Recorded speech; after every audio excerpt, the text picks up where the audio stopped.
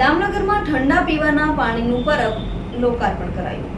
નગરમાં સ્વર્ગીય વડીલોની પુણ્ય સ્મૃતિમાં સંતોના દ્વારા ઠંડા પીવાના પાણીનું પરબ લોકાર્પણ કરાયું હતું। શહેરના અતિ ધમધમતા ચોક રાભડા રોડ ચોકડી ઉપર સ્વર્ગીય ધરમશીભાઈ ડાયાભાઈ નારોલાના પુત્ર રત્નો સંજયભાઈ ધરમશીભાઈ નારોલા, ઇન્દુભાઈ ધરમશીભાઈ નારોલા તેમજ સ્વર્ગીય ભીખાભાઈ જાદવભાઈ નારોલા પુત્ર રત્ન ચીમનભાઈ ભીખાભાઈ નારોલા તેમજ સ્વર્ગીય ઠાકોરશીભાઈ પરસોત્તમભાઈ બલ્લર ધામેલ વાળાના પુત્ર રત્નના સંયુક્ત આર્થિક સહયોગથી દામનગર રાભડા રોડ ચોકડીનું પાણીનું પરબ ખુલ્લું મુકાયું હતું।